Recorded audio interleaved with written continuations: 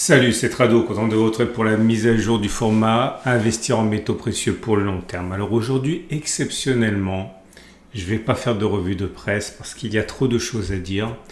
Et vous allez vous dire que je radote, il radote le vieux dinosaure, etc. Et vous aurez raison, je radote parce que ce qui se passe actuellement, c'est des variations sur le même thème de ce qui s'est passé déjà au début de mois, vous le voyez bien. Et j'ai vu fleurir, se multiplier tellement de choses absolument incroyables, lunaires, qu'il faut que j'intervienne. Pour vous répondre simplement à cette question légitime qui est mais qu'est-ce qui s'est passé encore ce 19 mars? Pourquoi ça a baissé autant? Qu'est-il advenu à la valeur refuge reine? Qu'est-il advenu au roi des métaux? Alors, comme d'habitude, certains vont mal accepter ce que je vais dire, mais vous devez l'écouter, vous devez l'entendre parce que, oui, je veux le dire clairement, vous avez été manipulé. Il y a eu une manipulation, mais pas la manipulation que vous croyez. Vous avez été manipulé par vos espoirs et vos illusions qui vous ont donné l'impression que ce que vous pensiez était la réalité alors que ce n'était qu'une vue de l'esprit, une hypothèse. Et vous avez été manipulé par certains influenceurs qui, à force de vouloir prendre leur désir pour des réalités, vous ont encouragé à penser que ce qui se passe sur l'or ne pouvait pas arriver. Je suis désolé, je sais que c'est une lubie actuellement, mais il faut demander des comptes à ces gens. Je vais vous expliquer ce qui s'est passé, mais entre-temps, avant que je n'oublie, je le répète, demandez à ceux qui voyaient une explosion prochaine de l'or où elle est. On parlait bien d'explosion, pas d'implosion. Tous ceux qui vous disaient que le COMEX est sur le point de rendre l'âme, demandez-leur où en est cette explosion du COMEX. Tous ceux qui disaient que les États-Unis allaient faire un audit et qu'on allait voir que Fort Knox est dépouillé et que ça allait entraîner une explosion de l'or, demandez-leur où est cet audit. Ok, je ne veux pas ici mettre le doigt où ça fait mal. Non, je ne veux pas mettre mon doigt dans la plaie qui est la vôtre et accroître votre douleur. Je veux vous protéger et protéger ceux qui découvrent l'or de certaines erreurs qui, si vous ne les acceptez pas et si vous n'acceptez pas votre part de responsabilité, ces erreurs vont être irrémédiablement, inlassablement reproduites. Je sais que c'est violent, je sais que j'adopte pas souvent ce ton, mais je vois tellement de messages désespérés de personnes, d'investisseurs, très souvent des petits porteurs comme vous et moi, on ne parle pas d'institutionnels, qui ont perdu des mois de travail, parfois même des années de travail en l'espace d'un mois. La bonne nouvelle, je vais vous dire ce que c'est qu'à titre personnel, je ne remets pas du tout en cause l'idée que les plus hauts sont à faire, mais pas comme cela vous a été vendu par la plupart des influenceurs, parce que ce ne sont pas des créateurs de contenu dignes, ce sont encore une fois de simples influenceurs, manipulateurs dans le pire des cas et dans le meilleur des cas, des personnes qui ne savent pas de quoi ils parlent, car ils sont neufs. Ils sont nouveaux sur le marché de l'or. Ils sont là depuis 2 ans, 3 ans, 4 ans. Ok ? Demandez-leur des comptes. Que s'est-il passé? Je suis vraiment désolé d'adopter ce ton, mais j'ai eu beaucoup de messages qui m'ont véritablement fait de la peine. Que s'est-il passé? Est-ce que c'est pas de chance? Est-ce que c'est logique? Est-ce que c'est de la manipulation? Est-ce que c'est du trading algorithmique? C'est un petit peu tout ça. C'est un petit peu tout ça. Déjà, il est très intéressant de voir que sur la séance du 19 mars, l'or a perdu plus de 7%. Certains ont parlé de creux de liquidité, de flash crash et d'action algorithmique. Oui, ils ont raison. C'est ce qui s'est passé sans doute. Attention, flash crash et action algorithmique ne veut pas dire manipulation, ou alors il faut vraiment tirer par les cheveux l'explication. Okay. L'idée, c'est que vous devez savoir que la plupart des opérations sur le marché, que ce soit sur l'or, les actions, etc., les indices, c'est du trading qui est algorithmique. Okay. Il ne faut pas avoir peur du terme trading algorithmique. Le trading algorithmique, c'est quelque chose qui est très fréquent. Le trading algorithmique ne veut pas simplement dire que le marché est manipulé contre vous. Ça veut dire simplement qu'il y a des arbitrages à faire, qu'il y a de la rapidité à exécuter et qu'on fait appel à des robots pour ça. Là, ce qui s'est passé, c'est que vous devez savoir que dans un carnet d'ordre, pour l'or, on parle de l'or ici, il y a des ordres d'achat et des ordres de vente qui sont positionnés par des robots de manière la plus, on va dire, efficace possible. Il y a des moments où le contexte fait que, passez-moi l'expression, ça colle pas, il y a un problème, on joue plus. Vous savez très bien, quand vous ne sentez pas quelque chose, vous dites non, j'y vais pas, je ne le sens pas. Les robots sont programmés comme ça. Parfois, il y a des événements qui font que les robots ne jouent plus. Ils sont programmés pour se retirer du marché et ils sont programmés pour enlever leurs ordres. Là, en l'occurrence, quand l'or a subi une baisse aussi importante, alors même que c'est une valeur refuge, il y a beaucoup d'algorithmes qui ont été programmés pour dire « Ok, on ne comprend pas ce qui se passe, on n'achète plus, on se met sur la touche ». Et ils ont retiré des milliers et des milliers d'ordres d'achat, si bien que quand ça a commencé à baisser, il n'y avait plus personne pour acheter parce que les algorithmes, ce sont eux qui achètent essentiellement.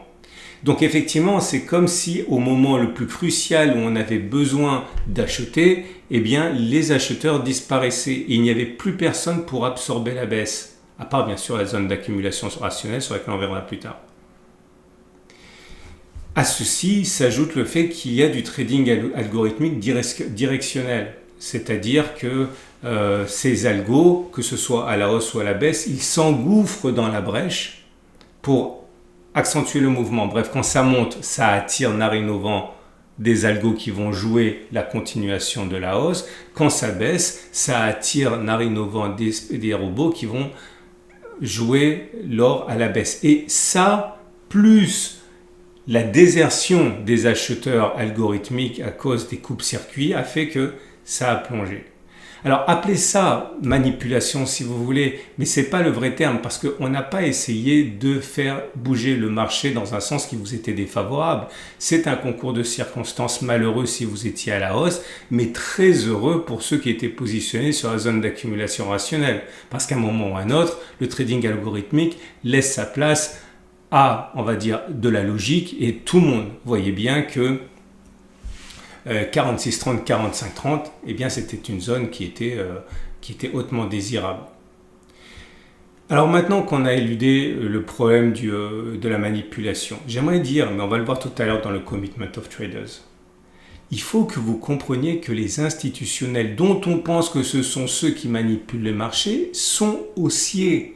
Ils sont haussiers à 80%, c'est-à-dire que lorsqu'il y a des baisses comme celles auxquelles on assiste aujourd'hui, enfin le 19 mars, c'est également les institutionnels qui en souffrent. Ils sont acheteurs. La différence entre eux et nous, c'est qu'ils ont des capacités d'achat très importantes et ils vont renforcer sur ces zones-là. On va voir ce qu'ils ont fait d'ailleurs dans le Commitment of Traders dans la semaine précédente. Mais trouver des responsables en la personne d'une entité qui manipulerait le marché et hurler à la manipulation, c'est quelque part vous condamné à être victime de phénomènes qui sont complètement rationnels, complètement logiques, mais qu'on refuse de voir parce que c'est beaucoup plus confortable de dire manipulation plutôt que d'accepter la réalité qui est que l'or n'est pas à l'épreuve de tout. Cela étant posé, qu'est-ce qui s'est passé et qu'est-ce qui se passe? Je fais un petit retour en arrière. Pendant des années, enfin 2, 3, l'or est monté très facilement avec une sorte de montée funiculaire en 2025, fin 2025 et puis 2026. Ça a entraîné l'arrivée de spéculateurs qui ont déserté le terrain des cryptos très souvent pour aller chercher des gains rapides avec levier sur l'or et sur l'argent. Pas des gens qui ont nécessairement une vision de long terme comme la plupart d'entre nous ici. Si vous suivez mon format, vous êtes avant tout des croyants en métaux précieux, mais des spéculateurs qui sont venus chercher du rendement rapide. Mais comme tout spéculateur, il y a une gestion du risque qui est que si ça ne va pas dans le bon sens, eh bien ça déclenche un stop de protection, on limite la perte, on sort et on vend l'or puisqu'on perd trop d'argent. Le problème, c'est que lorsqu'il y a une baisse qui vient déclencher ces niveaux de stop de protection, eh bien ça entraîne des ventes qui vont accélérer le mouvement de vente par le process de loi de l'offre et de la demande. La hausse des ventes accélère la baisse, fait péter un autre stop loss, ça accélère la baisse, ça fait péter un autre stop loss et ça entraîne des baisses en cascade comme ça par des spéculateurs qui se font déclencher. À côté de ça, vous avez le fait que le pétrole actuellement, vous regardez le CAC 40 par exemple au hasard a perdu plus de 2%, le DAX, etc. Ce qui est beaucoup de personnes qui avaient investi sur des actions se sont retrouvées dans une situation d'appel de marge où leur banque, leur courtier les ont appelés, bon ils n'ont pas vraiment appelé maintenant, ça se fait par ordinateur. On dit voilà, vous êtes en train de perdre 20 ou 30% sur les actions que vous avez achetées. On va limiter les risques, on va solder votre position parce que vous perdez trop. À moins que vous mettiez des liquidités pour rassurer et que vous nous garantissiez quelque part que vous n'allez pas exploser et nous laisser une ardoise avec vos pertes. Ce à quoi les investisseurs réagissent très souvent en vendant des positions liquides et qui ont bien gagné. Et je vous rappelle que l'or avait magnifiquement gagné depuis ses plus bas, plus de 20%, 24% en l'espace de 3 semaines et le silver plus de 50%. C'était une victime parfaite pour aller faire face aux appels de marge et à la recherche de liquidité. À côté de ça, donc voilà, deuxième truc, ça c'est réel. Ensuite, les taux d'intérêt. Il faut bien comprendre ce qui se passe. On a eu des statistiques de l'inflation qui sont sorties il y a 48 heures. La statistique de l'inflation, c'était notamment le PPI, le PPI, l'indice des prix à la production. L'indice des prix à la production a dit, aux États-Unis, il faut le savoir, on attendait 2,9% d'inflation des prix à la production. C'est 3,5. C'est énorme 3,5 par rapport à 2,9. Comment ça a été compris? Ça a été compris par le smart money et par les investisseurs professionnels comme ça. Dire, on a de la hausse du pétrole. Ça va entraîner de l'inflation parce que forcément, si le pétrole augmente, vous derrière, ça vous coûte plus cher de transporter les choses, de fabriquer des choses, etc. Ça va donc augmenter les prix.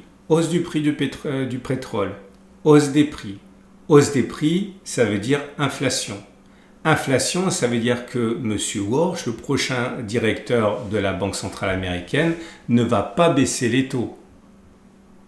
Pourquoi il ne va pas baisser les taux? Parce que si on baisse les taux, ça veut dire derrière que ça fait encore plus d'inflation. Pourquoi? Parce que si on baisse les taux, c'est plus facile d'emprunter, de faire des crédits à la consommation, de faire des crédits à l'immobilier, etc.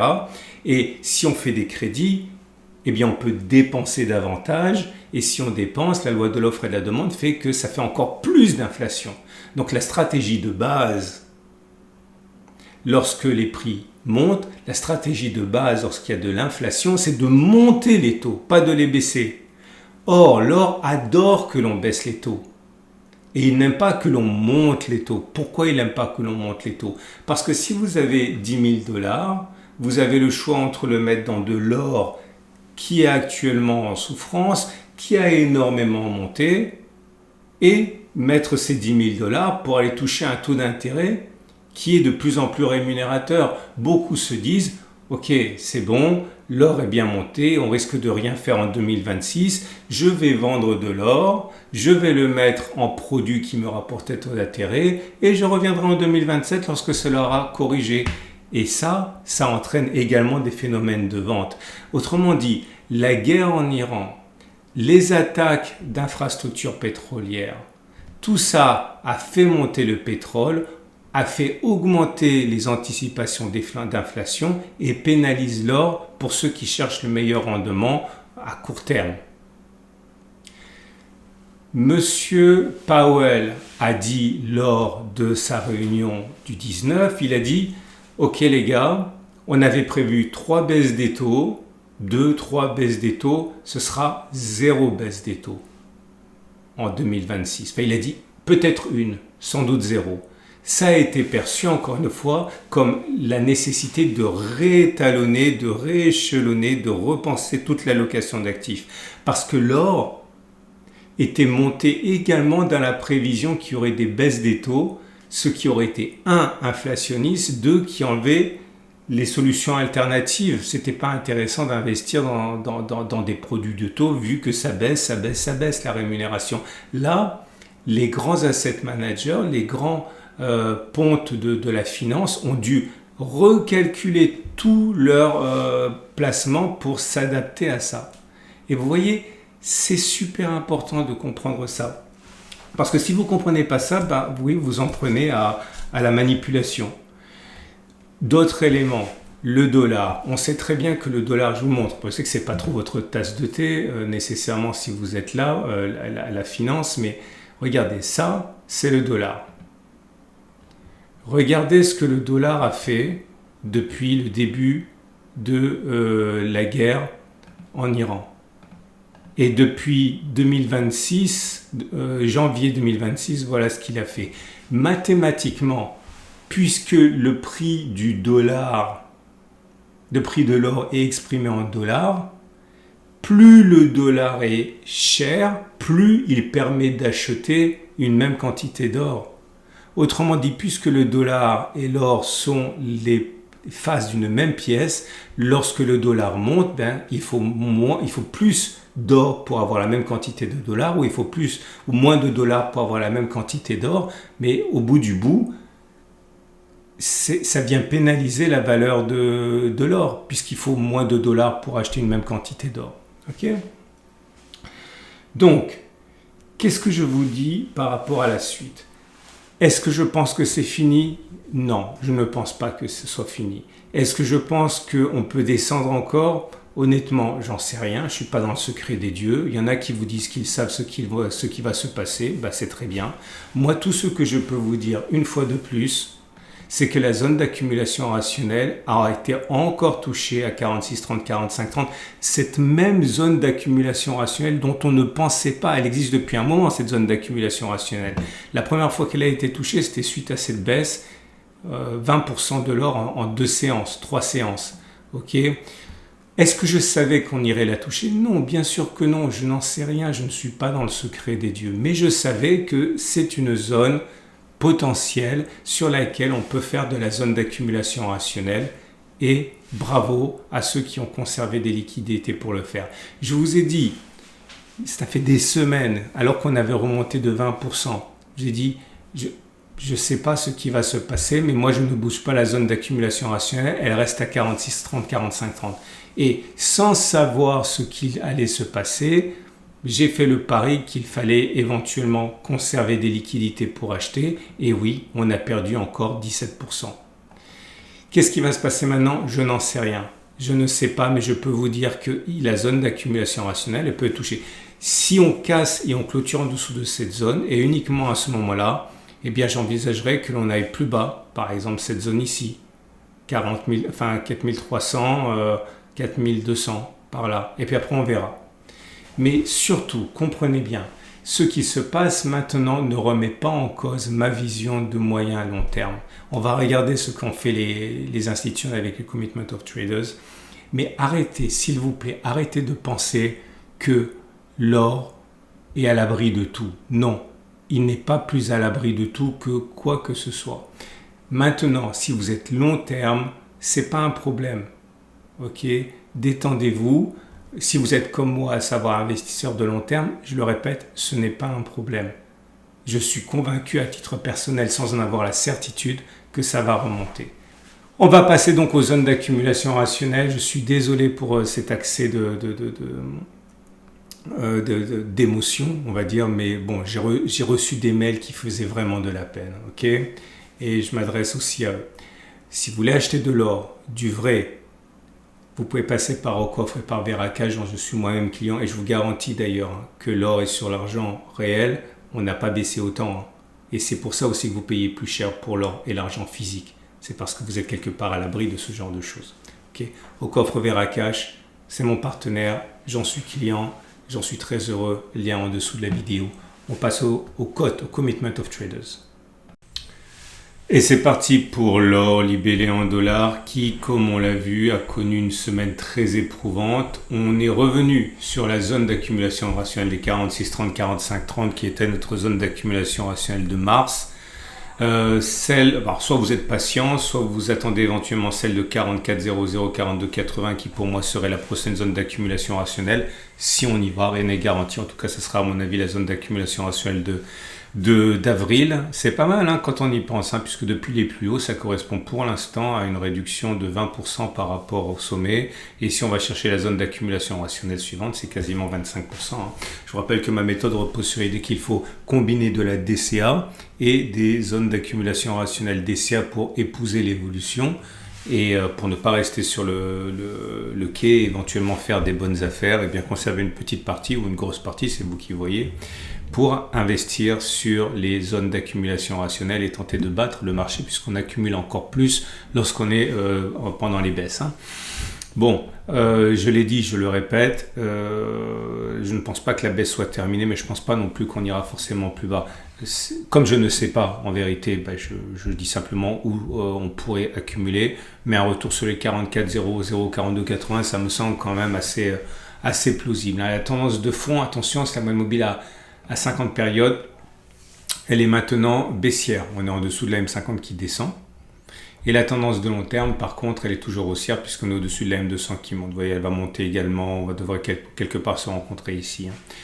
Je le dis une troisième fois pour les distraits. Je ne pense pas que la hausse de l'or soit terminée, mais je pense effectivement qu'on est sur un petit chemin de transition pour l'instant et que si les choses s'aggravent, eh bien, normalement, l'or devrait, je le répète, repartir. Pour l'or libellé en euros, c'est pareil. La zone d'accumulation rationnelle qui a été touchée déjà, c'était le 30 janvier, puis le 2 février. Elle a été touchée encore 2 fois, hier et aujourd'hui. C'est la zone d'accumulation rationnelle, celle qu'on pouvait effectivement espérer toucher pour renforcer. La tendance de fond n'est plus haussière, mais la tendance de long terme encore haussière. La prochaine zone d'accumulation rationnelle pour soit mars si vous ne l'avez pas encore fait, ou mars si vous ne voulez pas à 39,80, 39,00, ou alors pour avril, ce serait donc 37,50, 36,40 euros. Je vous montre le Commitment of Traders. Alors attention, je répète parce qu'il y a toujours des nouveaux. Le Commitment of Traders, c'est en décalé, ce n'est pas un outil de timing. Ça vous montre l'état d'esprit des institutionnels lorsque les marchés montent, descendent ou plafonnent. Donc en gros, là on s'intéresse à la période comprise à peu près entre cette date-là et cette date-là. Okay, et voilà ce que ça donne pour l'or libellé en dollars, parce que c'est toujours en dollars pour le Commitment of Traders. Voilà, donc on a connu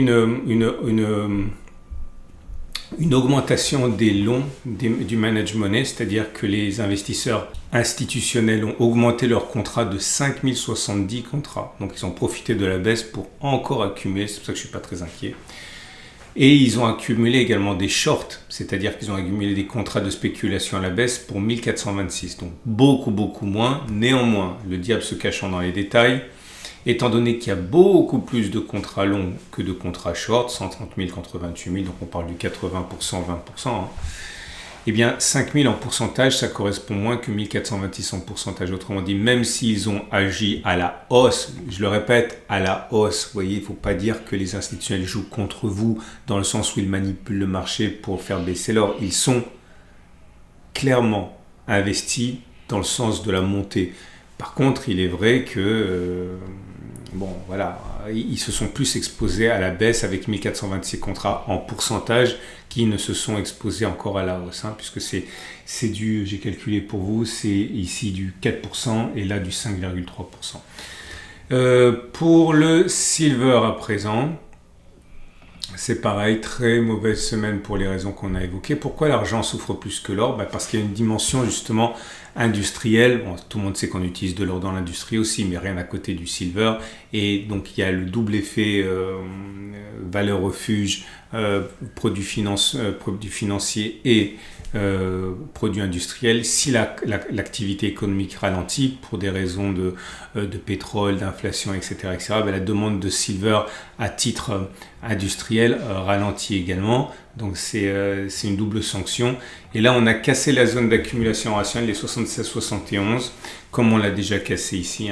Bon, c'est pas important, je pense que sur cette zone, on peut acheter. La prochaine zone d'accumulation rationnelle, si on y va, c'est 49,50, 45,50, ce qui se correspondrait en fait à une baisse par rapport au niveau actuel de 30%.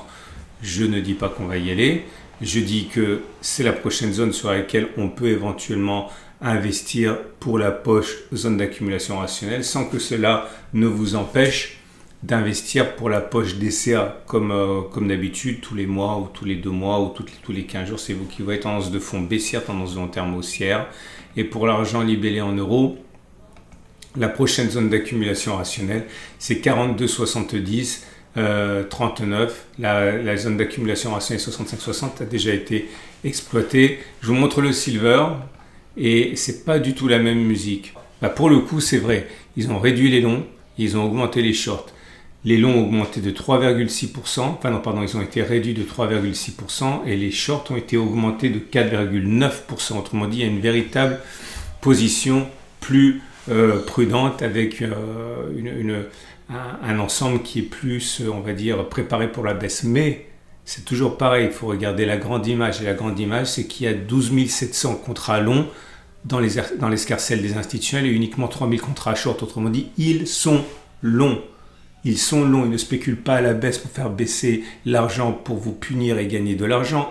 Ils perdent de l'argent collectivement lorsque l'argent baisse. Okay, donc il ne faut pas dire des contre-vérités. Et pour le palladium et le platine, bon, ça va aller vite.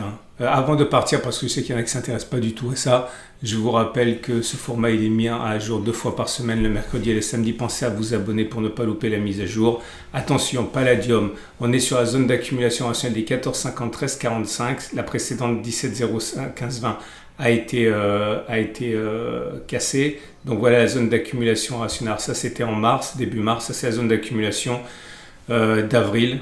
Qui est déjà celle de mars si vous n'avez pas accumulé là. Si vous avez déjà accumulé là, tant pis, malheureusement c'est comme ça, on ne peut pas savoir ce qui va se passer, mais ça on est sur la zone d'accumulation suivante.